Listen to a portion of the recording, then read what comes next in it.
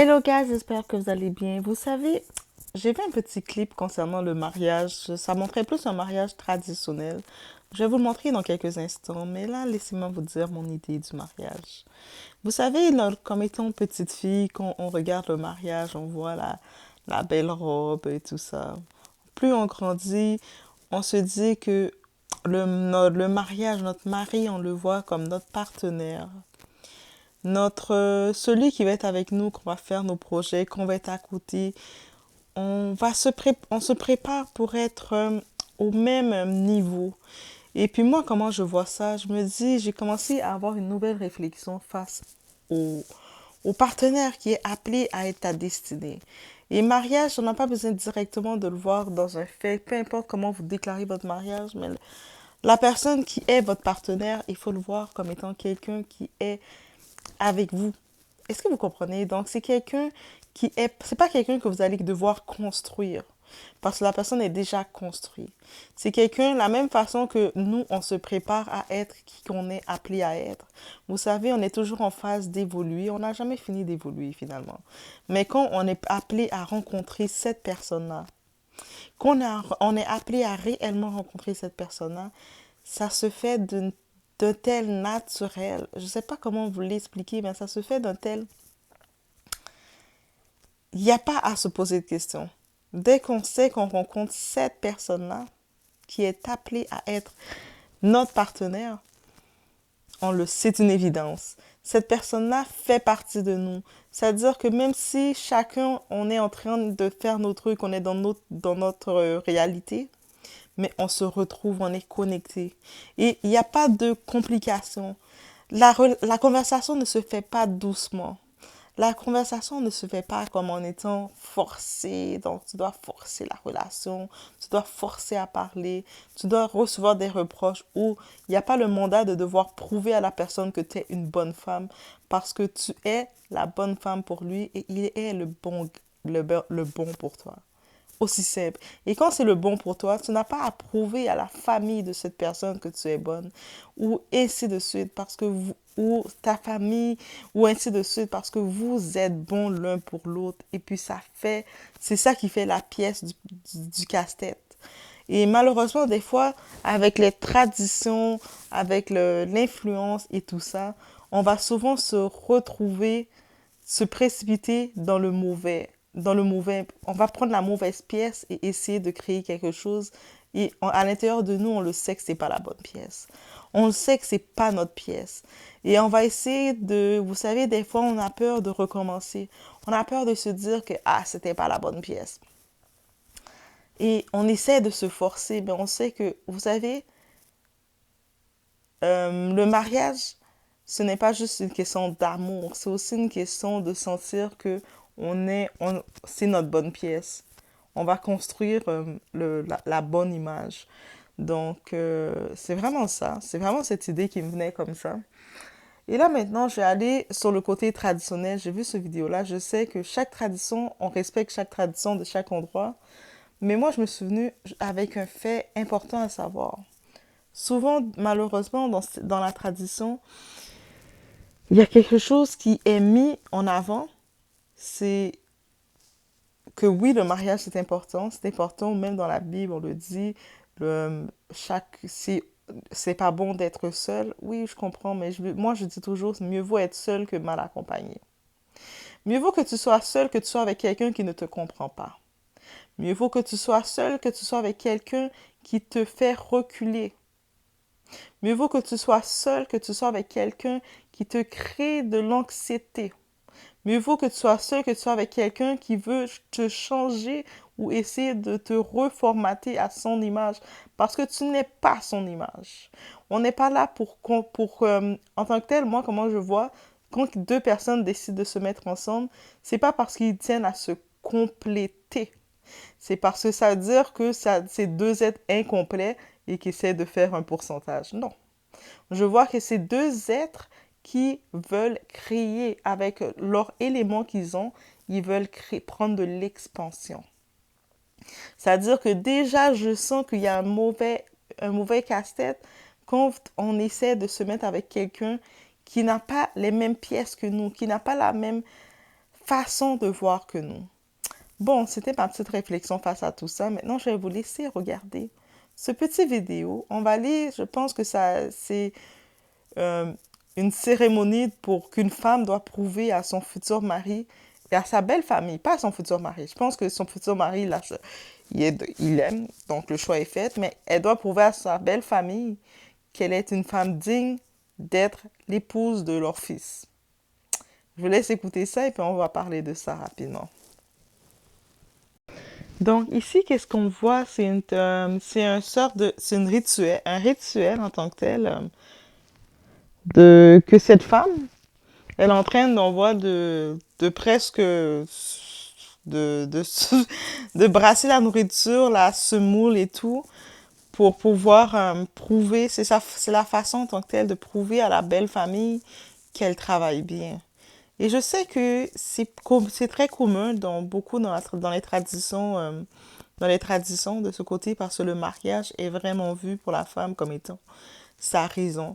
Donc une femme si elle n'est pas mariée, donc pour beaucoup on va dire mais elle a raté sa vie. Peu importe tous les autres accomplissements qu'une femme peut avoir, on va souvent se dire, mais si elle n'est pas mariée, même si l'homme c'est un incompétent, même si elle va se marier avec un incompétent, un homme qui a rien là, un homme qui fait rien, un homme qui est nul, un homme qui peut rien apporter, un homme qui a aucune carence, ben, même pas carence, aucune carrière, qui a rien là, un homme qui vaut rien, un vaut rien. Mais mieux vaut se marier avec un vaurien juste pour être marié dans certaines fêtes. Cette pression sur la femme est réelle. Et là, ici, on voit comment tout ici, c'est sûrement tout le village, c'est toute la famille, la belle famille, qui sont là en train de noter. C'est comme un concours. Ils sont en train de regarder ses capacités. Tu vas faire une... Ah ouais, ok. Elle peut faire le taf, elle peut faire la job. Donc, et par contre, on se demande, mais et le futur mari dans tout ça, c'est quoi ces épreuves qu'il va faire pour prouver son leader, son côté leader? Parce que j'imagine que il doit aussi prouver qu'il est capable de tenir le foyer. Mais j'ose espérer qu'il y a quelque chose qu'il va faire.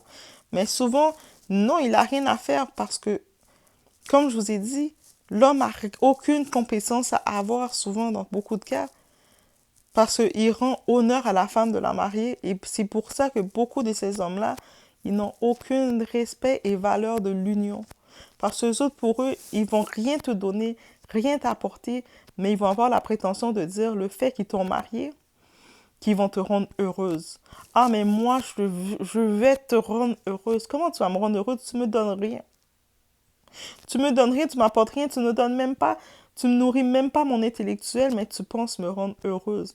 Mais, et ces mêmes hommes-là, ils vont avoir l'audace, j'ai bien dit l'audace. Ah, ce mot-là, je veux que, vous pouvez mettre dans les commentaires le mot audace. Mais il y en a, ils vont avoir même l'audace de dire, vous savez de dire quoi? Mais tu dois être une bonne femme. Quel genre de femme es-tu? Tu dois être une bonne femme. C'est quoi être une bonne femme pour eux? Mais c'est ça, de les torcher, de montrer tout ce qu'ils peuvent faire et pas juste les torcher. Ils ont même des attentes que tu torches la belle famille. Ah, l'audace, l'audace, l'audace, guys. Là, ici, on voit comment c'est beau de vouloir prouver à quel point c'est important d'être la bonne femme, d'être la bonne femme du foyer, de prouver qu'on mérite le mariage, de prouver que, ah, on mérite le mariage.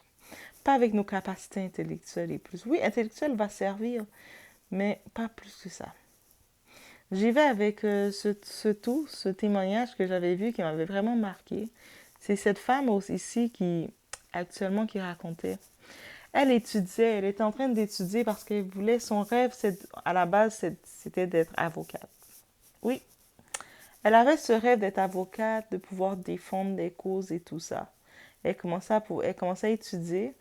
Elle était très bonne à l'école, elle étudiait. Et puis, je pense que c'est à l'école, justement, qu'elle avait rencontré ce type qui est devenu son mari. J'ose pas dire bourreau maintenant, ok? Son mari. Donc, justement, c'est le coup de foudre. Et en même temps, il commençait à la charmer, à faire de tout, de tout, de tout, de tout.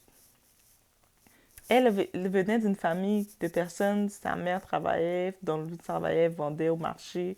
C'est une famille qui travaillait, qui se débrouillait, pas une famille riche qui travaillait. Donc, si elle pouvait venir étudier, c'est que parce que sa famille travaillait. Et sa mère aussi était contente de voir sa fille qui veut étudier, donc elle travaillait encore plus. Et elle est tombée en amour. Ah, vous savez, quand vous tombez en amour avec le cœur et vous ne mettez pas la tête. Et donc, justement, en tombant en amour avec ce type, euh, tout de suite, les paroles ont commencé. Il commençait à lui parler comment il allait changer sa vie. Ah, vous savez, ce genre d'homme, ils sont déjà prêts à dire ils vont vous rendre heureuse sans même vous demander c'est quoi qui vous rend heureuse. Eux ne savent pas c'est quoi qui vous rend heureuse, mais ils disent déjà qu'ils vont vous rendre heureuse. Bref, elle est tombée dans le charme et elle n'avait pas plus d'expérience en amour que ça, donc elle est tombée sur le charme de son mari à devenir. Et rapidement, ils ont commencé à officialiser leur couple. Ils se sont justement mis, ils se sont mis, ils ont fait des présentations de la famille, donc c'est important aussi de unir la famille dans tout ça. Et sans perdre d'instant, bien entendu, sans perdre aucun instant, le type, il a eu, je pense qu'il y avait des situations dans sa famille, il devait aller étudier à l'étranger. Mais elle et sa famille avaient décidé que ça servait à rien qu'elle étudie. Ou je sais pas, ils ont fait une réunion pour dire que elle devait se concentrer sur son rôle de femme et pas son rôle d'étude. Qu'est-ce que les études vont t'apporter? Tu veux te marier avec notre fils qui étudie déjà et toi, tu vas étudier. T'es pas focusé. La pression s'est faite mettre, elle comprenait pas et puis finalement, elle a écouté parce elle a plus vu, elle s'est plus dit, ben oui, le mariage, c'est vraiment plus important. Donc, en effet, elle a donc mis de côté ses études. Et puis, tout rapidement, le fait qu'elle avait été présentée à la famille et tout, et le type, justement, il devait aller étudier à l'étranger, mais faire un stage dans une autre ville ou quelque chose comme ça. Et ils ont décidé qu'elle allait s'installer chez la famille, chez la belle famille. Le type était même pas là, mais elle allait s'installer chez la belle famille. En même temps, la belle famille décidait qu'ils voulaient l'entraîner pour s'assurer qu'elle serait efficace pour s'occuper de leur fils. Parce que avant de faire le mariage officiel, là c'est la présentation, elle n'a pas le choix de passer un séjour chez eux pour voir comment ils fonctionnent, pour pouvoir faire partie d'eux et tout ça. En même temps, eux autres vont la connaître. Un peu choquée, un peu tout, mais elle aimait son gars. Donc, elle a cédé. Donc, déjà, deux sacrifices de son côté qu'elle faisait. Elle laisse tomber ses études. Elle laisse maintenant, elle déménage, elle laisse chez ses parents pour aller chez une belle famille qu'elle ne connaît pas. Sans son fiancé. C'est devenu son enfer. Chez cette belle famille-là, je pense qu'ils avaient besoin d'une bonne. On va dire honnêtement, ils avaient besoin de quelqu'un de maison pour travailler. Il la faisait se lever, faire à manger pour tout le monde, nettoyer, s'occuper des enfants de toute la belle famille mélangée dans la maison, s'occuper des enfants de tout le monde. Il disait toujours que c'était pour voir comment elle peut gérer les enfants, comment elle peut gérer ici. Elle dormait à peine dans une petite chambre.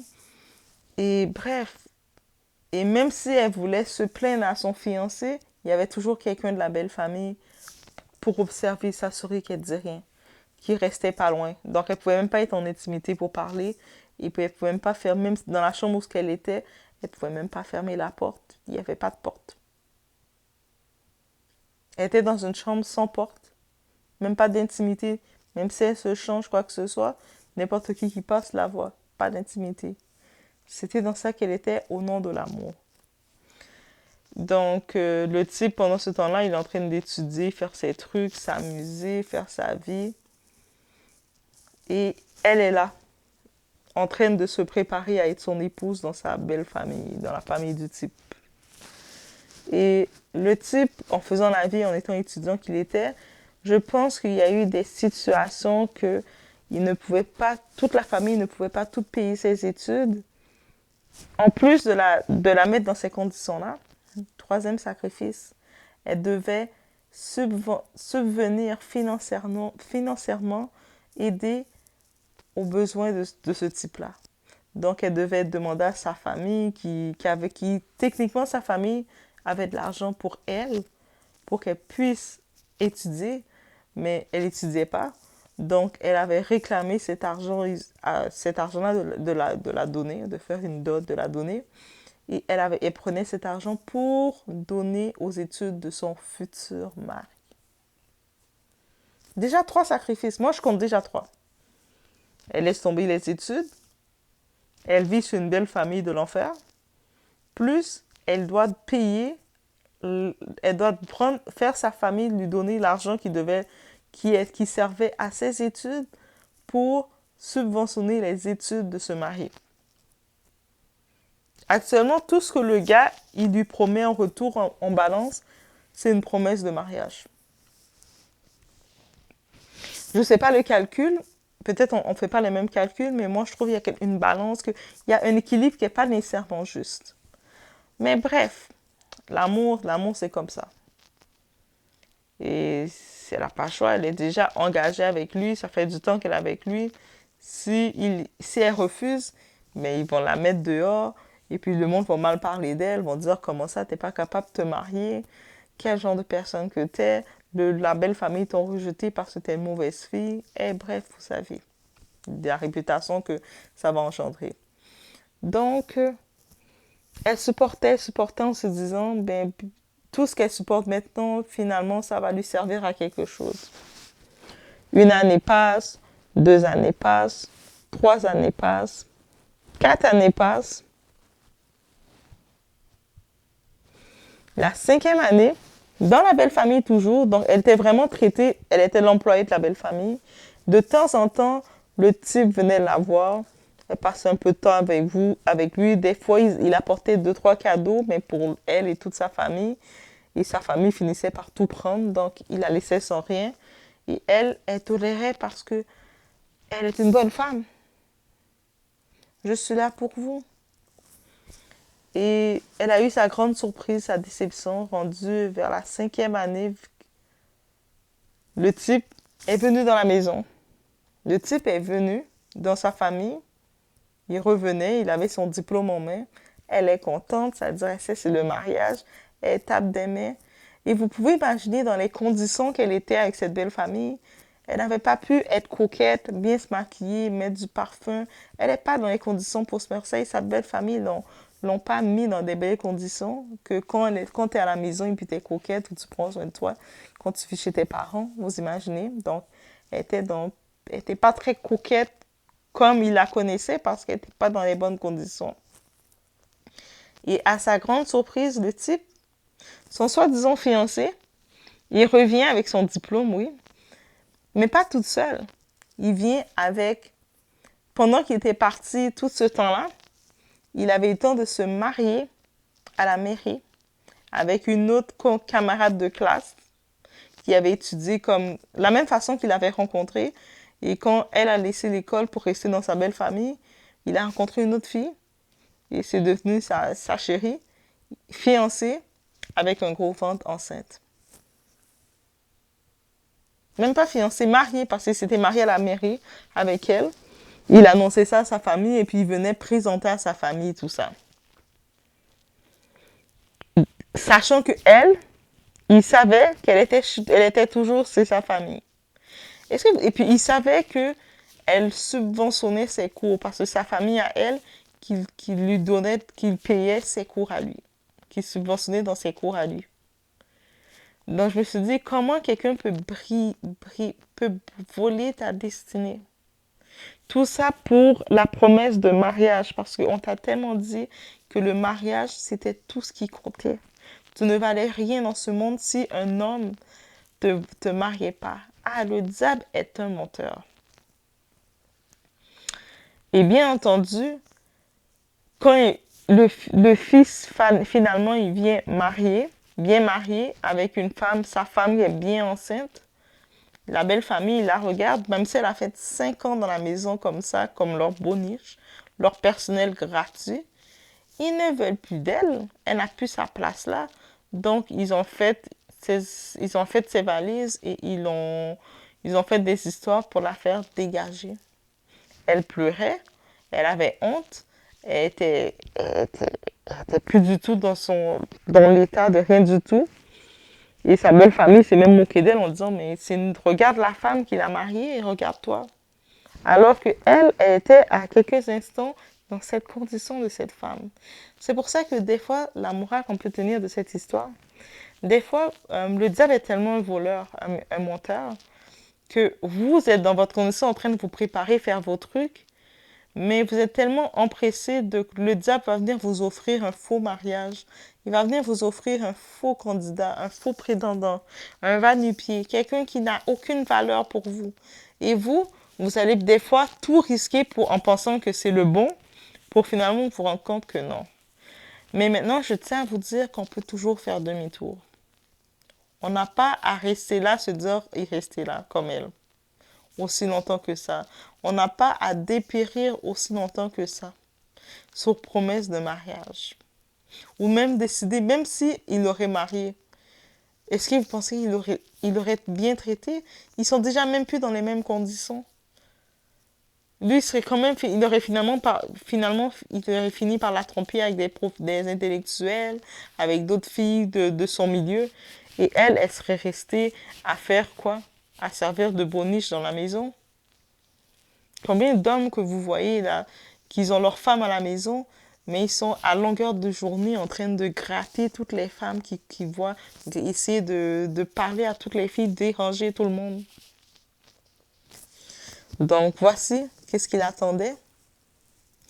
Et bien entendu, si on regarde pour l'histoire de cette femme,